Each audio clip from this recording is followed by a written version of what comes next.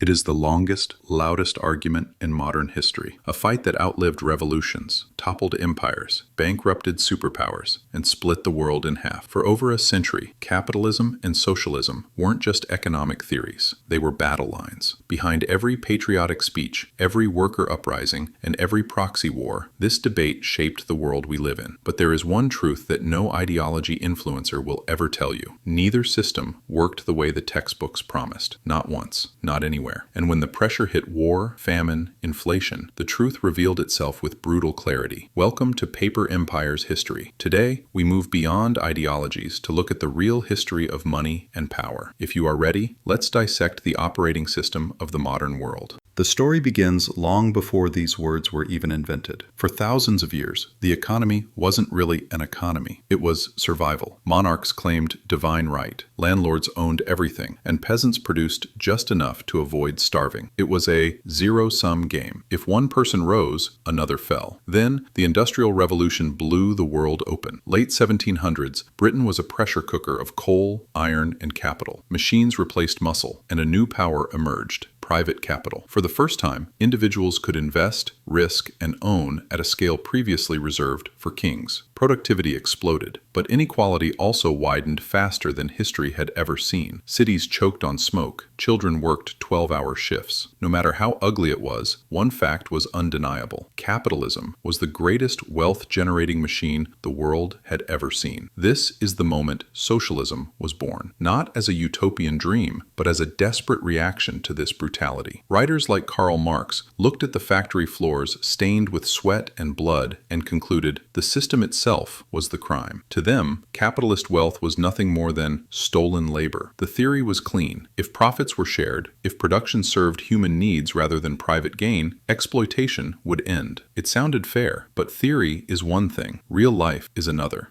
The first time the world seriously attempted socialism, it wasn't in a classroom. It was in the ashes of an empire, the 1917 Russian Revolution. The Soviets built a new operating system, state ownership of land, factories, and banks. Prices were set by bureaucrats. Profit motives were replaced by production targets. In theory, this should have created perfect equality and efficiency. In practice, it created chaos. The problem was simple but fatal. Without market prices, price signals, planners couldn't know what people wanted or how much to produce. Without competition, factories didn't innovate.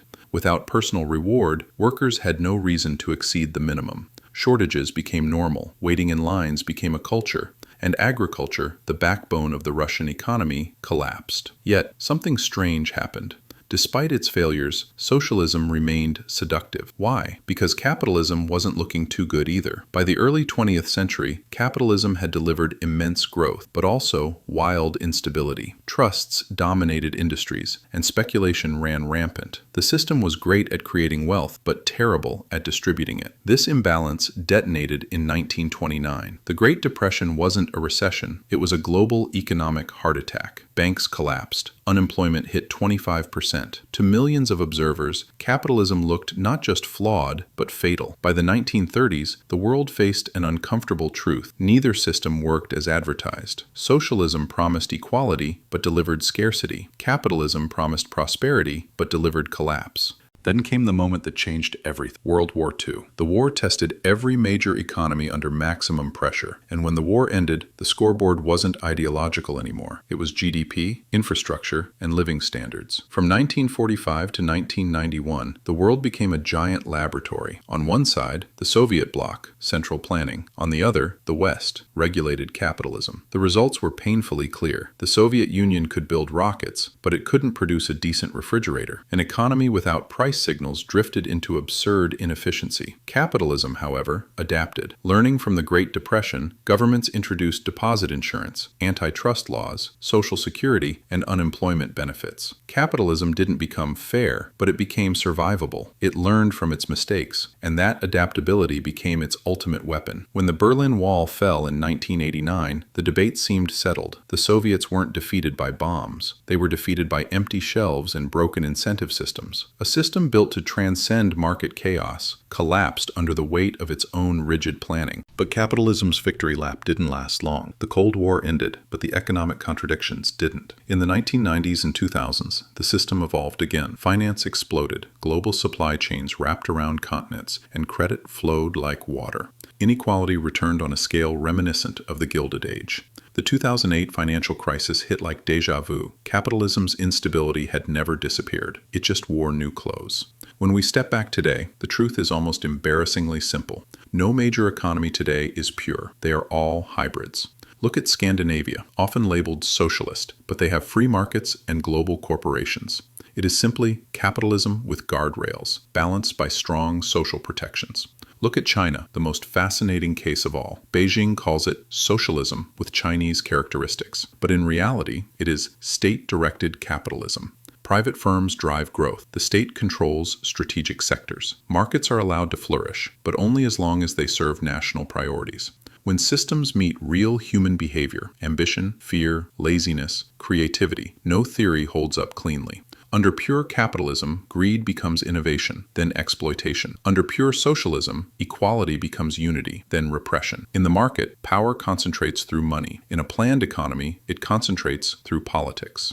Different systems, same human flaws. History's answer is clear. The system that adapts wins. Capitalism survived because it could reinvent itself, from laissez-faire to the New Deal, then to tech capitalism. Socialism thrived where it merged with markets, Scandinavia, modern China, and collapsed where it refused to evolve, USSR, North Korea. Ideology didn't decide the winner. Adaptation did. The modern world is built on the scars of this century-long battle. Every safety net, every regulation, every financial instrument carries the DNA of this war. And here is the point most people miss. The challenges of the 21st century, AI, demographic collapse, climate risk, global debt, do not care about ideology. The countries that will thrive in the next century will be those that best combine the creativity of markets with the resilience of public investment. History didn't choose capitalism or socialism. History chose whatever prevented collapse. Because the debate was never really about the systems. It was about who controls the levers inside the system: the capital, the state, the banks, the party. The real fight is always over the same thing: power. And as history shows us again and again, power never disappears. It just changes hands. If what I shared today helped you see the world from a different perspective, don't forget to subscribe. Because history always has an answer. You just need to look from the right angle.